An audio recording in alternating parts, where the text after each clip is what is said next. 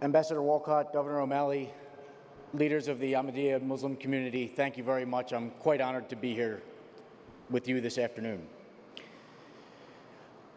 Let me start by saying that it is my belief that the Ahmadiyya Muslim community is a shining light of freedom and tolerance in a world that is in desperate need of understanding. I was invited here today by my dear friend Kaleem, who works with me in the Pennsylvania House of Representatives. However, Kaleem is not the first Muslim I've been lucky to call a friend. Before my time in the legislature, I was a soldier in the United States Army, and I was deployed 3 different times. The first time I was sent to Kosovo, where we were sent to stop Serbian military forces from slaughtering Muslims in the former Yugoslavia. Our interpreters and local forces we worked with were mostly Muslim, and they never stopped expressing their gratitude for our intervention on their behalf. The second time we deployed, I was a part of a team of 16 Americans that lived and fought alongside Iraqi soldiers. During that time in Iraq, I was witness to the best and the worst of Islam. The men I served with, in particular one leader by the name of Lieutenant Majid, an Iraqi. He was a devout Muslim and a dear friend. Sadly, he gave his life in the pursuit of a new Iraq. I relate this experience because today around the world, people don't understand that the vast majority of Muslims, especially those in the Ahmadiyya Muslim community, want to live and let live. Sadly, many Americans don't understand the difference between the Nation of Islam and Ahmadis, let alone the difference between Sunni, Shia, or Wahhabi.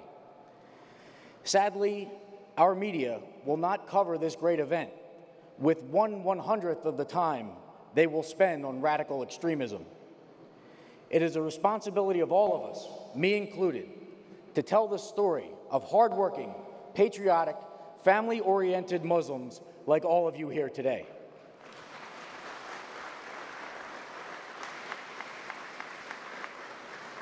Now, I've heard many Americans ask questions like, why don't more Muslims speak up against terrorism?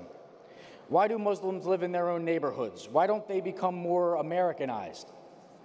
Well, like many groups in American history, many Muslims have been treated unfairly and put under unfair scrutiny. The question we have before us is of simple choice. Shall we retreat into enclaves, as some have done, or do we make our case to the United States and to the world the way Ahmadis have done in this country? Thank you. Just last night, my father and I had a conversation about this. My father is a second-generation Italian-American, grew up in an Italian neighborhood in West Philadelphia. He told me a story of my grandfather being turned down from a local country club because Italians were looked down on. He told me how much my family hated the mafia because of the hyped-up media coverage and how it cast a shadow on the entire Italian people, much the same way radical extremists has attempted to tarnish the good name of Islam. During World War II, more Italians than any other ethnic group served in World War II on behalf of the Americans. We learned a valuable lesson in that war. And also during World War II, our nation interned Japanese Americans. However, Japanese Americans had a decision. They could either hate this country or they could do what they did and join and fight in the United States Army, becoming the most highly decorated unit, which was the 442nd Regimental Combat Team. Now, why do I say all of this?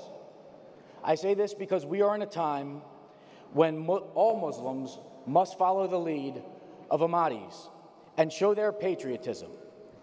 Now, I'm not asking everyone here to go join the military, but I'm asking you to serve and sacrifice for your country in some way. Could be the volunteer fire department, coaching kids' athletics, but serve in some way.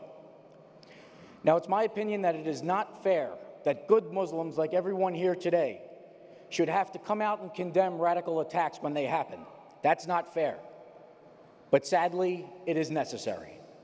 It's not fair that we should have to speak twice as loud to get the American people to hear the great works that the Ahmadiyya Muslim community does, but sadly, it is necessary.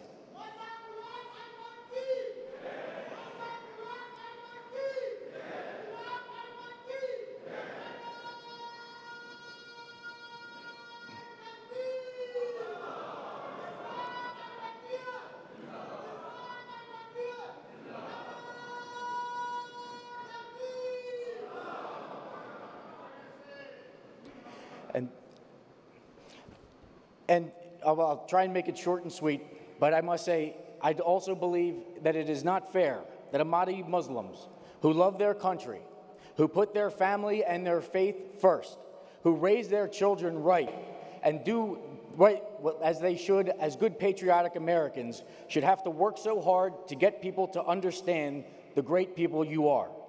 But sadly, that is what we face today.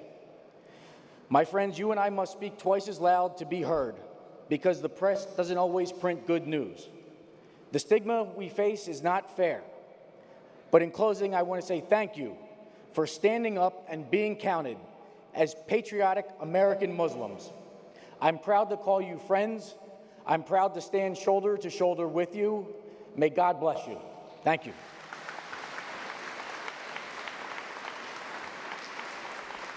And I also have a citation. Representative Cohen and I sponsored a citation for the Ahmadiyya Muslim community on this anniversary of your convention.